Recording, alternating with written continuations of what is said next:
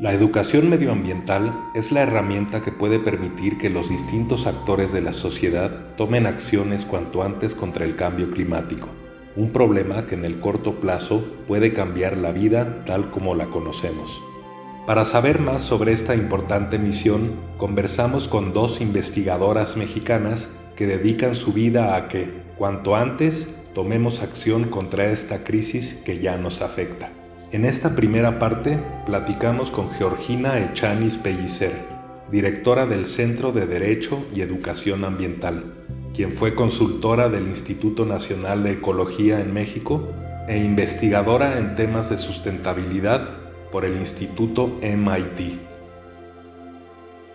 ¿Cómo es la labor de educar en el cuidado al medio ambiente? Primero que nada, esta labor es muy importante porque, por ejemplo, la ley dice que todos somos corresponsables en el cuidado del medio ambiente.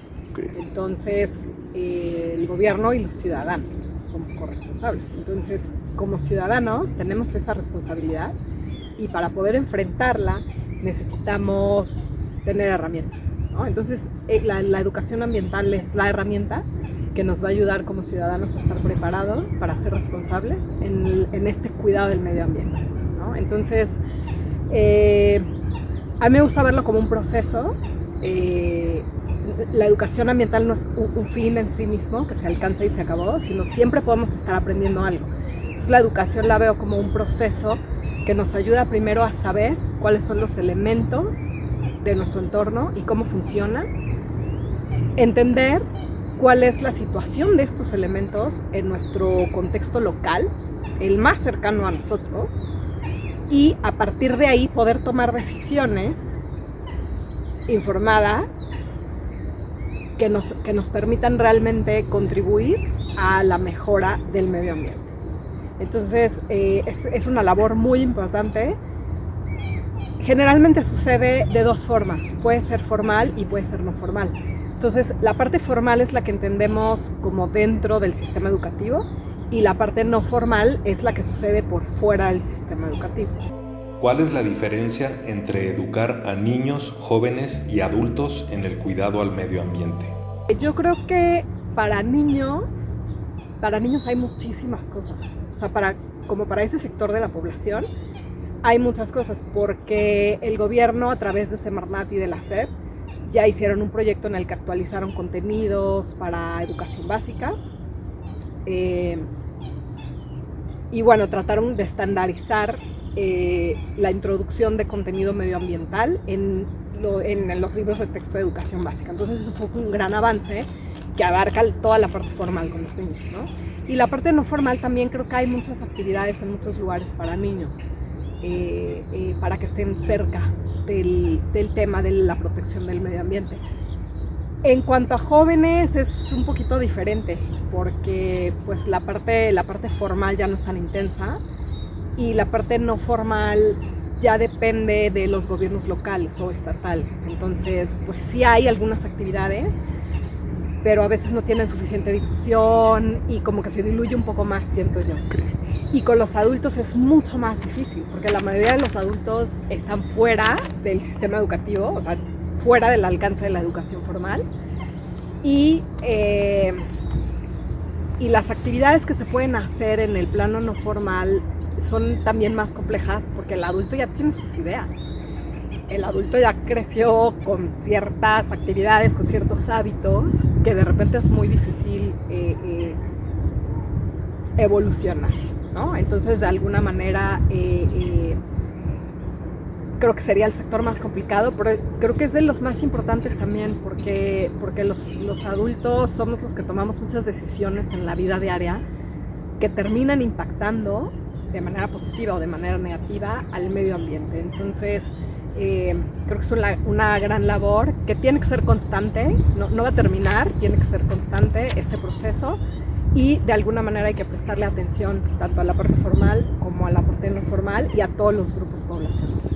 ¿Cómo responden los niños a la información sobre el cambio climático? En proyectos que yo he hecho trabajando con niños, lo que me he dado cuenta es que la mayoría de los niños han escuchado el concepto en algún lugar, ¿no? En algún lado han escuchado que esto existe Donde ya encuentro un poco de variación es en el saber y entender, ¿no? Sí lo han escuchado muchos, pero no todos saben exactamente qué es.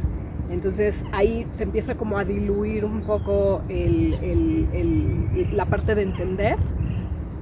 Y pues los niños siempre tienen ideas, o sea, ellos son creativos por naturaleza, ¿no? Entonces ellos se les ocurren muchas soluciones, pero al faltar esta parte de entender el funcionamiento de un concepto como cambio climático, pues las soluciones que se les ocurren o no están en sus posibilidades, no son parte de su poder de decisión como niños, son cosas que tendríamos que hacer nosotros los adultos, o son cosas, digamos, fantasiosas, como soluciones tecnológicas fantasiosas que no están como basadas en algo que exista, lo cual no está mal, porque eso quiere decir que hay como inventiva, ¿no? Pero si a eso le metemos el sustento de saber realmente cómo funciona un tema como cambio climático, de ubicarlo y entenderlo en nuestro contexto local, eso creo que detonaría muchas más oportunidades para los niños de que sus soluciones realmente sean aterrizadas, de que realmente sean cosas que ellos puedan hacer o que puedan madurar y posteriormente, incluso en sus estudios profesionales, retomar algunas de esas ideas que ahora parecen fantasiosas, podrían ser adelantos tecnológicos en el futuro cercano. ¿Cuál es la labor del Centro de Derecho y Educación Ambiental? Nosotros buscamos asesorar al sector público, al privado y al social en el uso de diversas metodologías, como por ejemplo el análisis de política pública, la teoría del cambio, y a través de estas metodologías poder hacer análisis de proyectos, análisis de programas, de medidas, y también poder trabajar en actividades de educación formal y no formal. Hacemos las dos cosas, también con diferentes grupos de edad, desde niños hasta adultos. Entonces hemos hecho, por ejemplo, hicimos un programa de educación ambiental y comunicación en el que establecimos cómo se incorpora a los programas de mejoramiento de calidad del aire. Y a partir de este programa, desde hace muchos años, cada ProAire en los diferentes lugares del país ya tiene como este capítulo o esta sección de educación y comunicación. Entonces, la idea es que esto vaya de la mano con la política pública y bueno, hicimos como esta asesoría para fomentar que esté presente la educación y la comunicación en la política pública. Y también se han desarrollado cursos para Semarnat, para la propia Semarnat y la gente que trabaja en Semarnat. Y también cursos para, por ejemplo, cursos de actualización para la UNAM, que son cursos a distancia y en línea, con temas de energía, de medio ambiente, de cambio climático. Entonces, y también, obviamente, trabajar en proyectos y actividades en escuelas primarias, con niños en escuelas primarias.